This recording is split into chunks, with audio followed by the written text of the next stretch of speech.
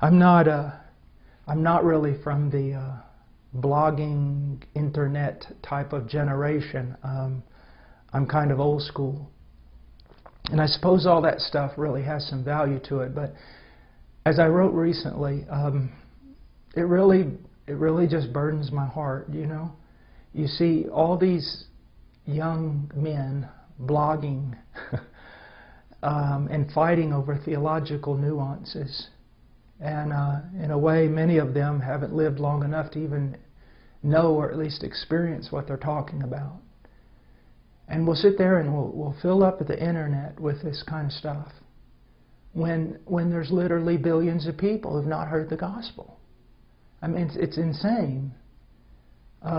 If you're listening to this and you're a young man, this is probably not your time to write a book and change the world or have a blog that gets hits from all over the planet. This is your time to prepare yourself to become a man of God. Not to be on the internet, but to be alone with God in prayer until He pours out His Spirit on you and makes you a useful servant. And then go out and don't be involved in pouring water on a land that's saturated. Go out with your life and preach the gospel to the nations that don't know Christ. Why be alive? The need is tremendous. But I'm not going to tell you that the need is so tremendous and God won't get it done without you. God will get it done without you. But what a loss. What a loss of joy. You know, I invite you to a life of just real sacrifice and a life of joy unspeakable and full of glory. Some of you young men, you need to think about this. You need to think about going out there and preaching the gospel, suffering for Christ and relishing that suffering. Now, I'm 49 years old and my body is broken into a million pieces. Like Robert Murray McShane said, you know, the Lord gave me a message and a horse, and I've killed the horse. And I feel that way, but I can tell you this, I'm glad. I'm glad. He's worth dying for, young men. And don't waste your life trying to be a theological expert to a bunch of people who already probably know more than you do. Get out there and preach the gospel. Go to the fields. Go to the places where it's dark. Preach the gospel of Jesus Christ. There's, you know, right now I'm just rejoicing in what God's doing in India and Nepal, but there's Tibet. You know, I ask God, when are you going to open the door for Tibet? And China? And when are you going to open the door for Mongolia?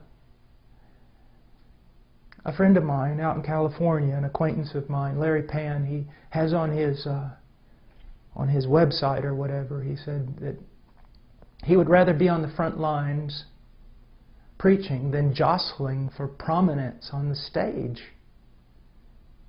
Young men, go somewhere and die, that only God and hell will know your name. God because He loves you, and His Spirit is powerful upon you, and hell because hell hates you.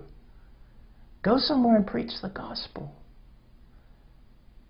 You know, I sometimes read the Puritans, and well, I like the Puritans a lot, and Martin Lloyd-Jones and Charles Spurgeon, and then I look at the modern day preachers that we have been so blessed with. You know, men like John MacArthur and John Piper and Joel Beakey and so many brilliant men, Wayne Grudem and all these men. They're older men, and they've studied a lot, and God's given them a voice. Young men, don't try to be them, at least not now.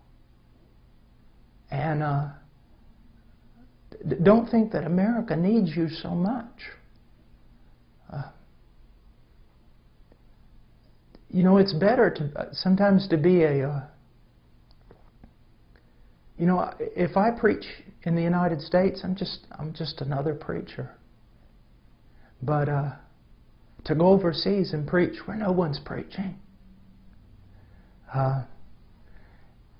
even if you're as pitiful a preacher as I am, you're the preacher. Go somewhere where John MacArthur and John Piper are not, and preach the gospel, and pray, and intercede. You know, all the men that I've ever studied, all of them, it's hard for me to find a common denominator in their lives. Some of them were more Calvinistic, others not. Some of them were well-known and seemed prosperous, and others seemed to die as martyrs and no one knew their name.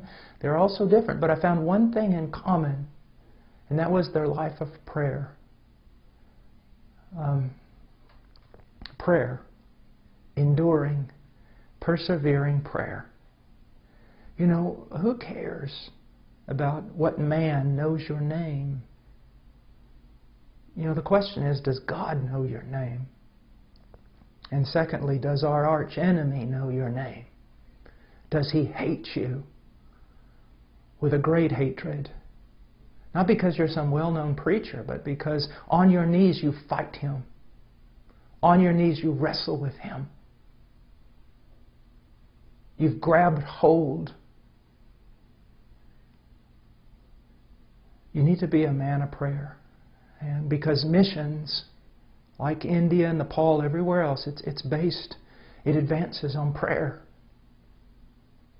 You know, there's a few things that I've never heard. I've never heard an old man say that he wished he had spent less time with his wife and children. They always say the opposite. I've never met an old preacher who regretted spending too much time in prayer. But just about everyone I've ever met has regretted not spending enough time in prayer.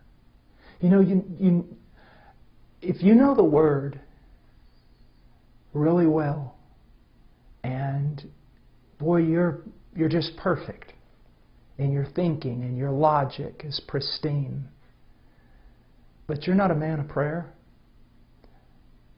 you're not worth 2 cents in the kingdom of heaven. You're just not worth 2 cents in the kingdom of heaven. You'll be full of a lot of knowledge and proud and no power. No power. And I pray that you would not jostle for prominence on America's stage. That you'd go and die somewhere for Christ. That your name would be known in heaven. That you'd be a man of prayer. That you'd study deeply, not in order to preach to other brilliant men, but to preach properly to those who have never heard, and to pastors whom God has raised up in foreign lands who've never had the privilege of studying as you have had the privilege to study. Well, this was impromptu. I got back, I guess it was yesterday, from India and Nepal, and tomorrow I head out to the strange land of California to preach. So I'll be needing your prayers. And then when I get back, I'll going to have several weeks just to kind of get back in the groove of things here at Heart Cry, and especially to get back with my family, with my wife and my 3 little children. Please, I covet your prayers. My life, for whatever it is, it depends upon the prayers of the saints. So please pray for me and pray for us, and pray for Nepal and India and all the other countries of the world. That Christ's name will be great among the nations from the rising to the setting of the sun, and that He will receive the full reward for all His suffering. God bless you. Have a great day.